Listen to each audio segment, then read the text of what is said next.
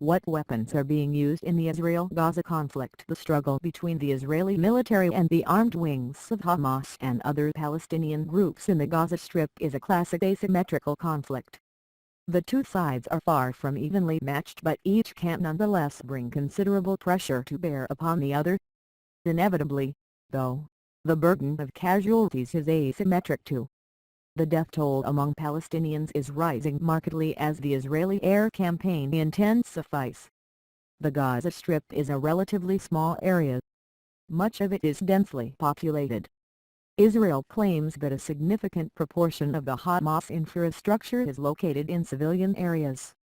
The Israel Defense Forces (IDF) say they take great care in targeting to try to reduce civilian casualties to a minimum, but there are controversial aspects to their targeting policy. For example, the decision to strike at the homes of known Palestinian military commanders, condemned not least by Israeli human rights groups. Israel's extraordinary practice of calling up the residents of such homes to warn them to vacate the premises ahead of any attack does not alter the fact that deaths have occurred.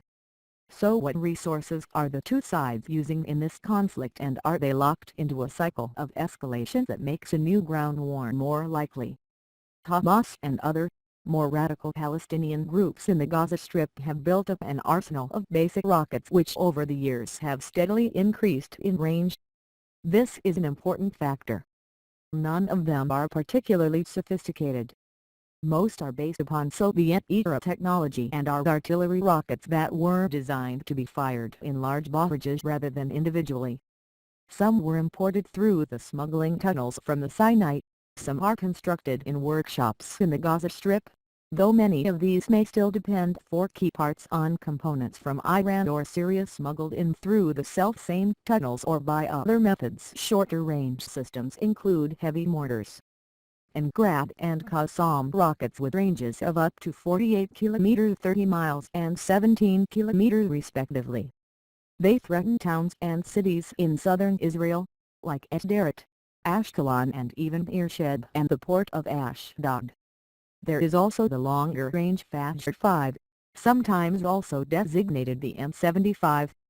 It can reach up to 75 kilometers, threatening major population centers like Tel Aviv and Jerusalem. But using the Fajr 5 brings huge practical problems. It is heavy and fairly large, some 6m24 tall. It requires mechanical handling and needs to be pre-positioned in hidden launch sites and camouflaged from the prying eyes of Israeli drones. A novelty in this latest conflict is the apparent use by the Palestinians of an even longer-range system, thought to be a Syrian-built missile, the Khaybar-1. This was first used earlier this month and has a range of up to 160 kilometers, which brings Israel's northern coastal city of Haifa within reach. The weapon that crops up in some of the reporting has the designation M302, which has a similar range. Range here is crucial, bringing the population of major Israeli cities under threat. However inaccurate the weapon, causes huge disruption and fear. It brings significant pressure on the Israeli government, pressure that works both ways, on the one hand to push it into escalating the conflict, but equally reminding it of the potential cost of any drawn-out conflict.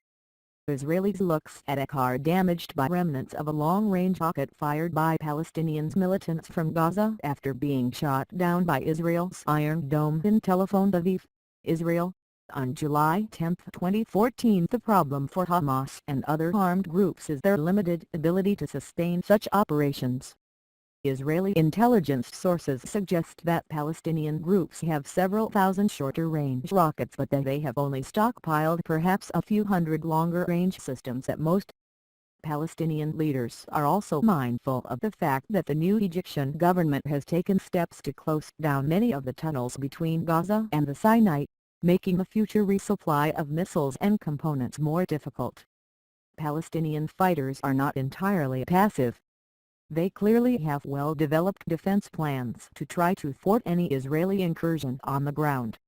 There is an elaborate underground infrastructure, and Israeli operational practices from previous rounds of fighting will have been carefully studied.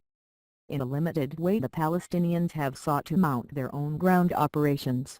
for example evading the Israeli Navy and landing a small team of infiltrators on the Israeli coast. These were quickly spotted and intercepted. Israeli air power and the Iron Dome. Israel's response to the upsurge in rocket fire has been both defensive and offensive in nature. The full panoply of Israeli air power has been used in a steadily escalating series of attacks against rocket launch sites, weapons stores, and the command elements of Hamas and other groups. So far this has not halted the rocket fire, but it has brought an increasing toll of Palestinian casualties. The attacks have not yet been anything like as intensive as the early stages of the last upsurge in fighting, in November 2012.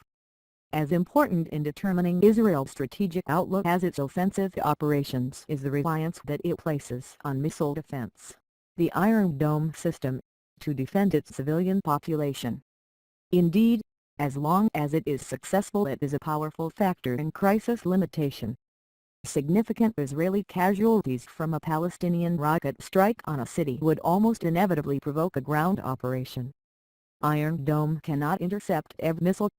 Batteries are made up of interceptor missiles, radars and command systems that analyze where target missiles might fall and only intercept those deemed to be heading for civilian areas. As of Thursday morning, for example, the IDF said that 255 rockets had hit Israel since the start of the operation. Only 71 were intercepted by the Iron Dome. Israel rigorously guards detailed data on Iron Dome's performance. Its earlier use has prompted some debate among experts on its seemingly extraordinary success rate.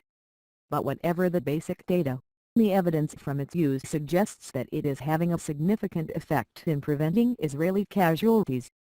Israel is also building up its forces for a ground operation if necessary. Some 3 brigades have already been deployed near the border with the Gaza Strip and reservists are being mobilized. Where to from here? If the rocket fire continues, so, too, will the Israeli airstrikes, and the Palestinian death toll will rise. There will be growing criticism of Israel from outside. The country is already launching something of a diplomatic offensive to get its point of view across, but again, if the rocket fire does not stop, many of its friends and allies realize the pressures that Prime Minister Netanyahu's government is under. But Hamas is under huge pressure too. Its poor relations with Egypt, its financial problems, and the dismantling of much of its infrastructure in the West Bank, mean that it is peculiarly isolated. Its military commanders seem to believe that there is something to be gained from a new demonstration of resistance against Israel. Paradoxically, the weakness of Hamas is a problem for Israel too. It cannot sweep Hamas away, however much some on the Israeli right would like to see this. The alternative to Hamas rule might be anarchy, with extremist jihadist groups seizing control and other fighters flowing in from the Sinai. That would be of no benefit to Israel's future security. Nonetheless, each day the rocket fire continues, so the likelihood of a ground incursion grows. Israel insists it has not sought such an operation. Hamas's most significant achievement might be to draw it into just such a move.